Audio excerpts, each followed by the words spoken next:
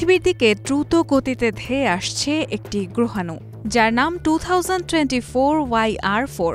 গ্রহাণুটি আছড়ে পড়তে পারে পৃথিবীতে, আর এতে করে ক্ষতিগ্রস্ত হতে পারে ভারত, বাংলাদেশ ও পাকিস্তান সহ বিশ্বের বেশ কয়েকটি দেশ। সম্প্রতি এমন তথ্যই দিয়েছে মার্কিন মহাকাশ গবেষণা সংস্থা নাসা। মার্কিন সংবাদ মাধ্যম CBS নিউজ বলছে, এরকম হওয়ার আশঙ্কা 2.3% বলে জানিয়েছে নাসা। গবেষণা সংস্থাটির বিজ্ঞানীরা বলছেন, এই গ্রহাণু পৃথিবীর পাশ দিয়ে নিরাপদে বেরিয়ে যেতে পারে। তবে যদি এই গ্রহাণু আছড়ে পড়ে, তা ঘটতে পারে 2032 সালের 22 ডিসেম্বর নাগাদ। পথ, গতি ও আকার অনুযায়ী গ্রহাণুটি কোথায় কোথায় আছড়ে পড়তে পারে তা অনুমান করেছেন বিজ্ঞানীরা। নাসার ক্যাটালিনা স্কাই সার্ভে প্রকল্পের বিজ্ঞানী ডেভিড র্যাঙ্কিন জানিয়েছেন, গ্রহাণুটির জন্য একটি রিস্ক করিডোর তৈরি করা হয়েছে, যেখানে পৃথিবীর বড় একটি অংশ রয়েছে। ভারতীয় সংবাদ মাধ্যম হিন্দুস্তান টাইমস বলছে, এই রিস্ক করিডোরে রয়েছে দক্ষিণ আমেরিকা, দক্ষিণ Asia, Africa, Venezuela, Colombia, Ecuador, Bharat, Bangladesh, Pakistan, Sudan, Nigeria ইত্যাদি অঞ্চলগুলো। দিন যত যাচ্ছে, এটি পৃথিবীতে আঘাত হানার আশঙ্কা ততই বাড়ছে। বিজ্ঞানীরা জানিয়েছেন, এই গ্রহাণুর কক্ষপথ জেনে এটুকু বোঝা যায় যে এটি পৃথিবীতে আছড়ে পড়তে পারে, কিন্তু এর প্রভাব কতটা বিধ্বংসী হবে তা বলা যায় না। প্রথম দিকে এটিকে ছোট মনে হলেও এখন সেই সময়ের চেয়ে এর দ্বিগুণ আকার নজরে এসেছে বিজ্ঞানীদের।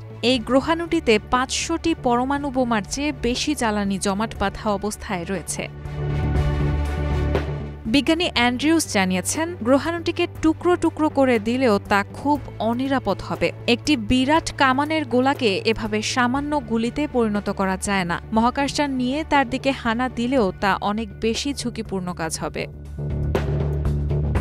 সংবাদ মাধ্যম NBC নিউজ বলছে, গত বছরের ডিসেম্বরে চিলির এক গবেষণা স্টেশন থেকে প্রথম এই গ্রহাণু শনাক্ত করা হয়। এরপর থেকেই টেলিস্কোপ থেকে এই বড় গ্রহাণু নিয়ে চলছে গবেষণা। এটি প্রতি ঘণ্টায় 38,000 মাইল গতিতে আসতে পারে। নাসা এখন থেকে নিয়মিত এই গ্রহাণুকে নজরে রাখছে। পৃথিবীতে আঘাত না হানলে এটি চাঁদে আঘাত হানতে পারে।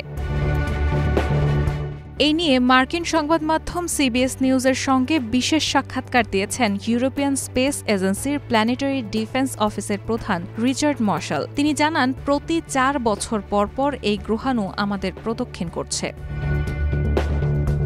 এখন এর পথ নিয়ে হবে গবেষণা। এরপর কি করা যায় তা নিয়ে বিস্তর আলোচনা করবেন তারা। আগামী এপ্রিলে এই ব্যাপারে নতুন কোনো আপডেট আসতে পারে। এর আগে 1908 সালে একই আকারের গ্রহাণু দ্য টুংসুকা আছড়ে পড়েছিল সাইবেরিয়ায়। 830 বর্গ কিলোমিটার জঙ্গল পুরো ভস্ম হয়ে গিয়েছিল।